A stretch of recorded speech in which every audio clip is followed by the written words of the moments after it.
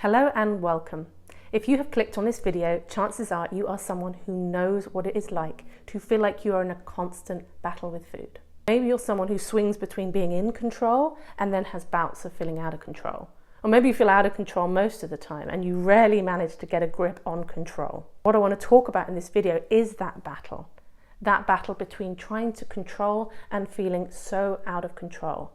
And then I'm going to share some thoughts about how you can resolve this battle, even if this is a battle that you have been in for years. As a psychotherapist with lived experience of this, and I work with this now, there is a common thread between people that I see, and that is we all tend to be black and white, all or nothing thinkers. If you're not sure if that applies to you, here's the clue.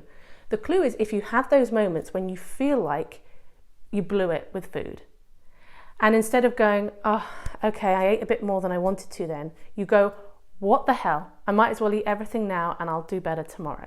It's this idea that if my food and my eating can't look like this, then what's the point? That's all or nothing thinking.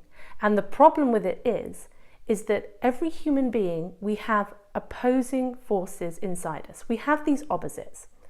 One opposite might be being asleep and being awake. They are opposite and we need them both, and we need them both to be in balance. Another opposite might be wanting to spend time with people and wanting to spend time on our own. These two things are opposites, and yet most of us need a combination of both. So our opposing forces kind of need to go like this. Sometimes we're asleep, sometimes we're awake. Sometimes we need people, sometimes we need to be on our own. And the problem is that once a battle with food has developed, you're not doing this anymore with these opposing forces, you're doing this. And what you've got is opposing forces of control and chaos, and they're going at each other. And the greater the battle, the more extreme and the further apart these two become. The healthy place between control and chaos is order and freedom. So order and freedom are the natural, healthy, opposing forces that we have within us. And ideally, you have the kind of upbringing where food is provided regularly, it's available. There's a sense of order and routine to eating, but that you also have some freedom to make choices and to discover foods and find out what you like and how different foods feel to you. And if you can carry that on through life, brilliant, you're golden. The problem is, for most of us, it gets messed up at some point. For some of you, that would have happened very young. Maybe you lost your freedom and your parent was over-controlling with food. Or maybe food was scarce, or it was just chaotic in how it was provided, which threatened your sense of order, and so you went for control. So this is what happens. We're in this balance, and then at some point it goes out of balance. And this often happens for the majority of people. They go from like order to, oh, I need to control a bit more. Maybe I'm going to set myself some food rules. Maybe I'm going to try and lose weight. Maybe I'm going to go on a diet. And so order starts to morph into control.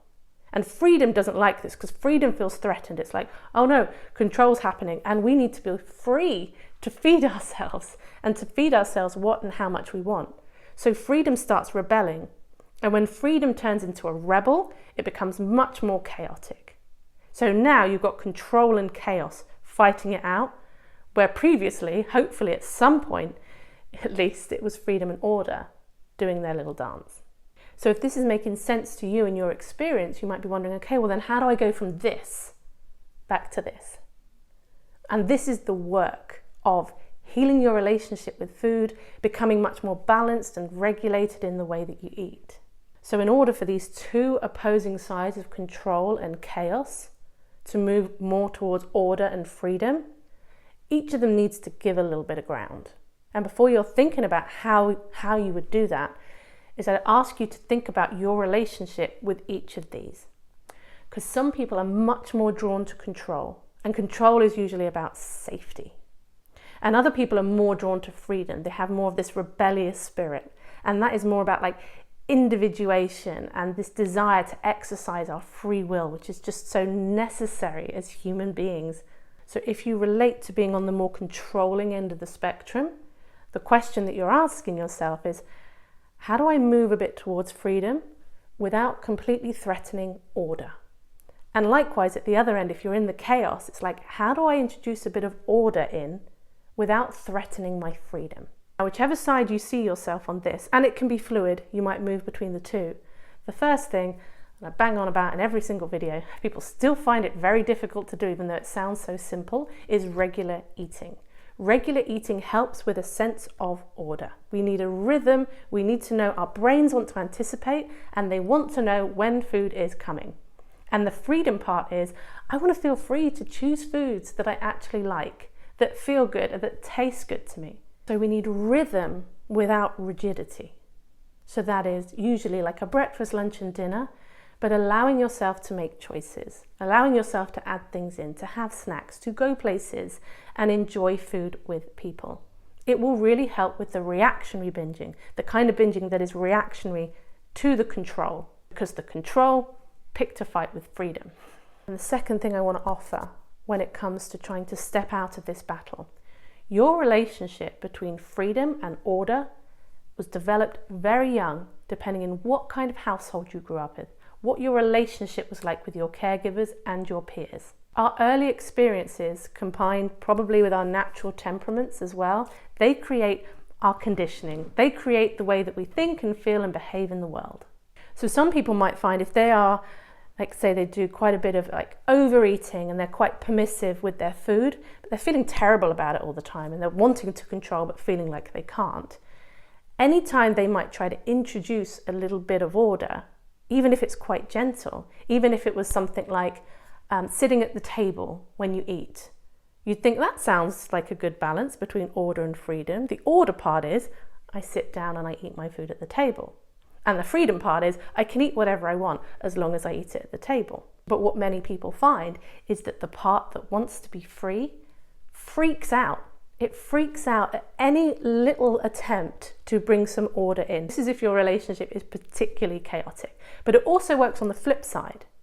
So if you're somebody who clings to control, any attempt to introduce a bit of freedom may really threaten the sense of order and control in that person in a way that seems to defy rational understanding.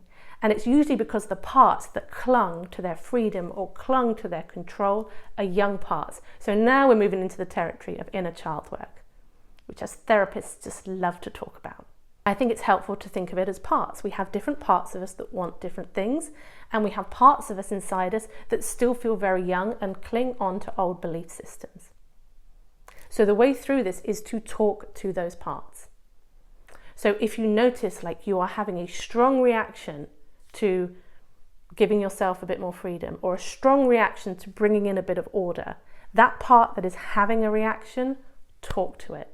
Talk to it like you would a little kid. Now you might feel a bit silly, and that's fine, no one has to hear you. But the part that decided control means everything, and the part that decided freedom means everything, is clinging on to that and needs reassurance and calming that they are not going to lose their sense of order, they're not going to lose their freedom. So it's talking to that part, trying to soothe yourself in soothing language and even in your body language. I'm a big fan of putting your hands on yourself and speaking to yourself like you do a little child. And then listen. Listen to what that part has to say.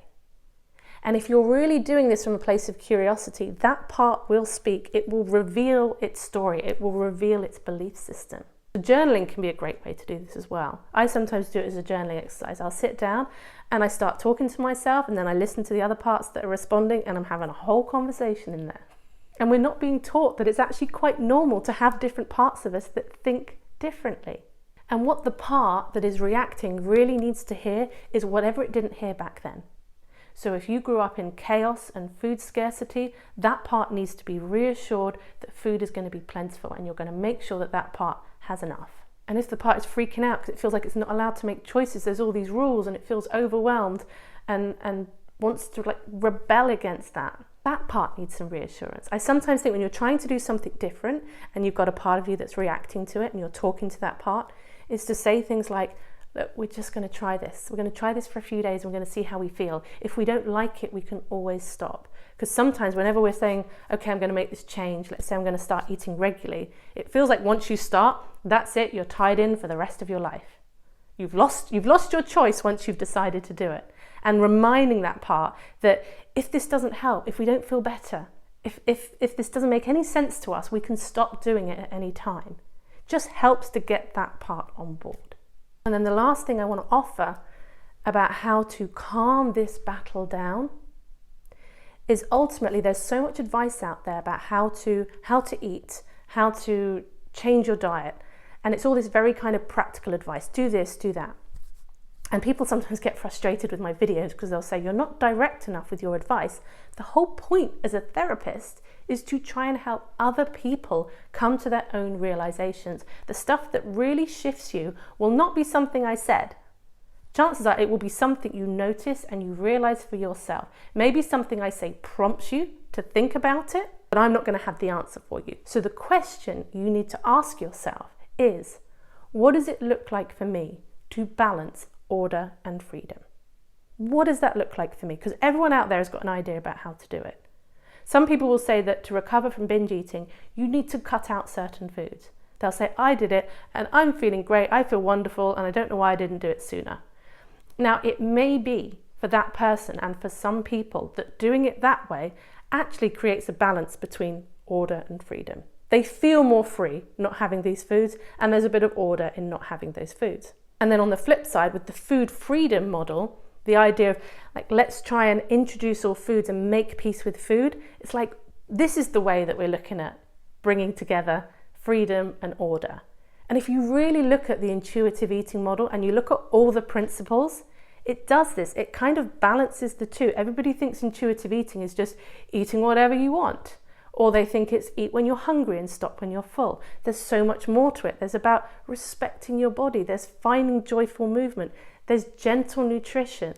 There's all these things that are about bringing order and freedom together. And as black and white thinkers, sometimes our brains almost feel like you're grinding gears, trying to bring opposites and allowing opposites to exist together. That is the challenge of black and white, all or nothing thinkers. So if you struggle with food and you haven't read the intuitive eating book, you're just getting all your information off of reels or short videos on YouTube or something, I cannot recommend more strongly. I'm not saying follow the intuitive eating model, but I'm like, look into it, understand these principles, understand how these opposing forces can work together for good. And before I end, I just want to remind you that I'm going to be in Brighton and Bournemouth doing live events in May 2024. I'll put the details below. Check out my podcast, Life After Diets, and have a great day.